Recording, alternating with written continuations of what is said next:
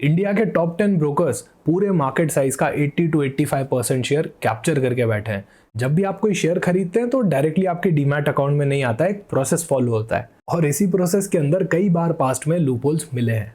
इन्हीं सारी दिक्कतों को काउंटर करने के लिए सेबी एक नया रूल लेके आ रहा है जो ऑपरेशनल एफिशिएंसी को बढ़ा देगा और आपकी रिस्क को रिड्यूस कर देगा। इस वीडियो में हम बात करने वाले हैं इसी रूल के बारे में। वीडियो चालू करने से पहले आपको बताना चाहूंगा सेबी जनरल से रिलेटेड एक वर्कशॉप होने वाली है 17 मई को 6 PM पे। यहाँ पे मैं आपको बहुत ही डिटेल में गाइड करने वाला हूँ कि अगले 60 दिन के अंदर आप सेबी जनरल के लिए कैसे प्रिपेयर कर सकते हैं।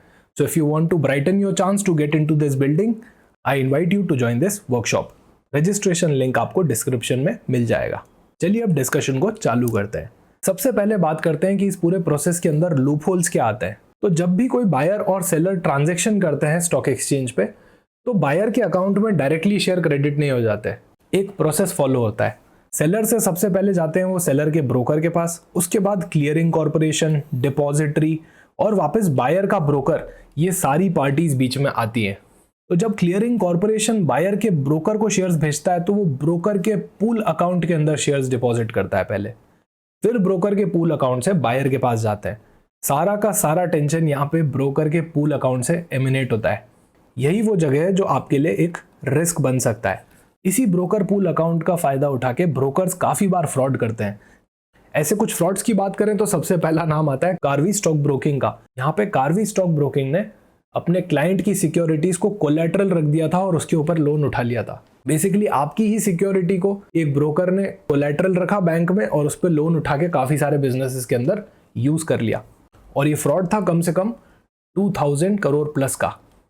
ऐसा ही एक सिमिलर काइंड ऑफ फ्रॉड हुआ था शेयर प्रो के अंदर। तो बेसिकली ये जो ब्रोकर का पूल अकाउंट होता है, ये बड़ा एक रिस्की अकाउंट है। इसी रिस्क को हटाने के लिए सेबी आपके लिए एक नया रूल प्रपोज करने जा रहा है, जहां पे जो सिक्योरिटीज का पे आउट होगा वो डायरेक्टली क्लियरिंग कॉर्पोरेशन से सीधा बायर के डीमैट में हो जाएगा। बेसिकली वो ब्रोकर पूल अकाउंट का कॉन्सेप्ट हटाना चाह रहे हैं। ऐसे केसेस के अंदर कोई ब्रोकर आपके शेयर्स को मैनिपुलेट नहीं कर सकता है, डायरेक्टली वो शेयर्स आपके क्लियरिंग कॉर्पोरेशन से बायर के डीमैट अकाउंट में आ जाएंगे। तो एक 4 पेज का डॉक्यूमेंट है जो सेबी की साइट पे अपलोडेड है। Enhancement of operational efficiency and risk reduction, जो हमने समरी में बात करी।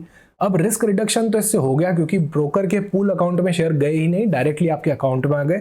और क्योंकि हम एक बीच में इंटरमीडियरी को हटा रहे हैं तो डेफिनेटली प्रोसेसेस एफिशिएंटली ज्यादा काम करेंगे, कंप्लायंस थोड़ा कम हो जाएगा।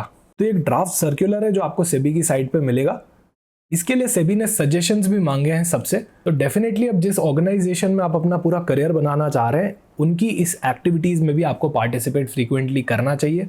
So you can also go and give your suggestions. Thank you so much for watching this short video. I would highly recommend you guys to join this workshop so that we can prepare in 60 days and make our job preparation 50% faster. See you in the workshop. Happy learning with iExamB.